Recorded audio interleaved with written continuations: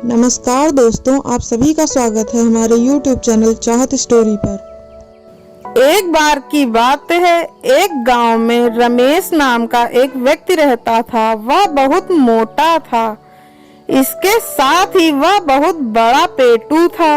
वह अकेला ही बहुत लोगों का खाना खा जाया करता था, जिसके कारण गांव के कोई भी लोग उसे शादी पार्टी में न्योता नहीं देते थे। उसकी अधिक खाना खाने की आदत से उसकी बीवी मधु भी बहुत परेशान थी। एक दिन गांव में एक व्यक्ति रामू की लड़की की शादी थी। रमेश बिना बुलाए ही उसकी लड़की की शादी में पहुंच गया। उसने शादी में जाकर जी भर बहुत सारी पूड़ियाँ, सब्जी, गुलाब जामुन, रसमलाई खाई।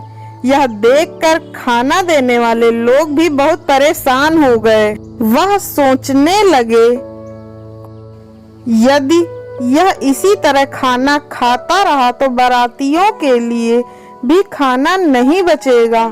इसके बाद खाना देने वाले तो रामू को बुलाकर ले आए।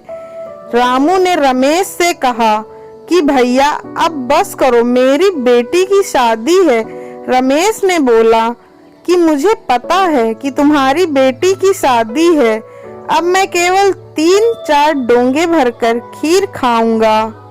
आज मेरा पेट खराब है, इसके कारण मैं इतना कम खाना खा रहा हूँ।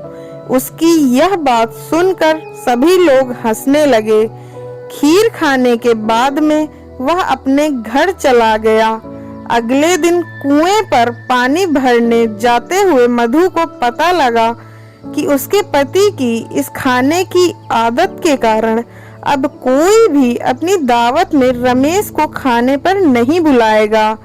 अगले दिन रमेश को पता लगा कि सुमेध के बेटे की शादी है। इसके लिए वह तैयार होकर शादी में जाने लगा। जब उसकी पत्नी ने पूछा तो उसने सुमेध के बेटे की शादी में जाने के लिए बोला।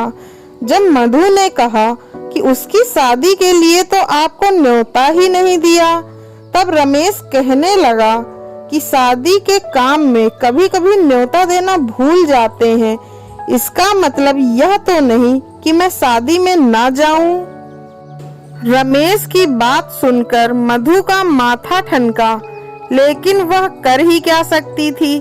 दूर से ही रमेश को आता देखकर वहां पर कुछ लोगों ने एक लड़के को कहा कि जब रमेश यहाँ पर आए तो उसको बोल देना कि बारात चली गई है।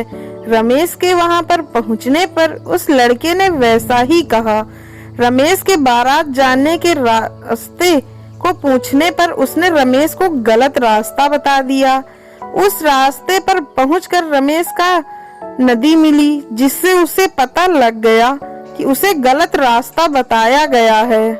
के बाद में रमेश अपने घर चला गया।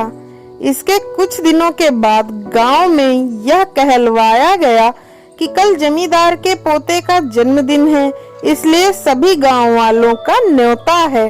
जब रमेश ने यह बात सुनी तो वह बहुत खुश हुआ। वह तैयार होकर अगले दिन जमींदार के घर जाने लगा।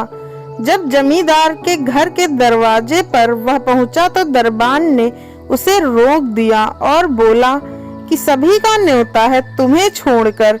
यह सुनकर वह मायूस हो गया। इसके बाद वह छुपकर न्योते वाली जगह पर पहुंच गया।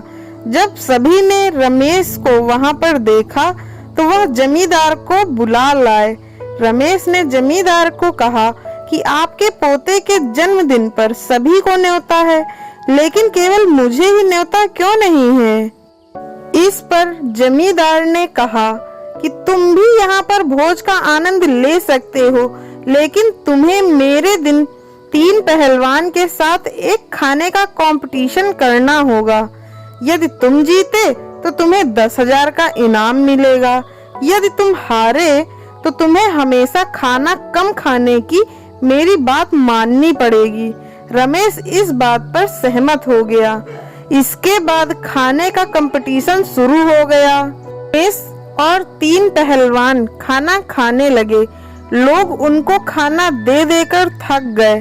अंत में रमेश ने अकेले ही खाने के कंपटीशन में जमींदार के 3 पहलवानों को हरा दिया, लेकिन उसकी हालत बहुत खराब हो गई।